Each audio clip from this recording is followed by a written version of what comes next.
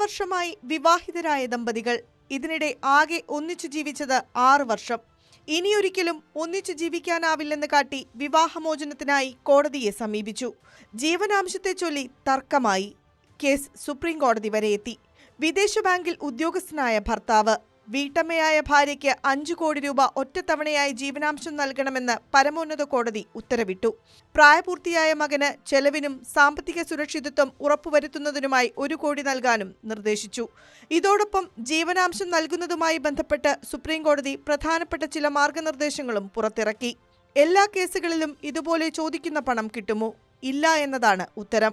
ജീവനാംശം എന്നത് എന്നേക്കുമായി ഭർത്താവിനെ കുരുക്കാനുള്ള വ്യവസ്ഥയല്ല, മറിച്ച് ഭാര്യയ്ക്ക് മാന്യമായ ജീവിതം ഉറപ്പുവരുത്താനാകണം എന്ന് കോടതി അടിവരയിട്ടു പറഞ്ഞു.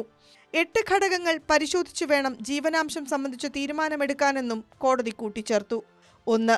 ദമ്പതികളുടെ സാമൂഹ്യ സാമ്പത്തിക അവസ്ഥ. 2. ഭാര്യയുടെയും ആശ്രിതരായ കുട്ടികളുടെയും അടിസ്ഥാന ആവശ്യങ്ങൾ. 3. ഭാര്യയുടെയും ഭർത്താവിന്റെയും വിദ്യാഭ്യാസ യോഗ്യത, തൊഴിൽ. 4. വിവാഹമോചനം ആവശ്യപ്പെടുന്നയാളുടെ വരുമാനം, ആസ്തി. 5. വിവാഹിതയായി ഭർത്താവിനൊപ്പം താമസിക്കുമ്പോൾ ആ വീട്ടിലുണ്ടായിരുന്ന ജീവിത നിലവാരം. 6. കുടുംബപരമായ ഉത്തരവാദിത്വം നിറവേറ്റാനായി ജോലി വിടേണ്ടി വന്നിട്ടുണ്ടോ? 7.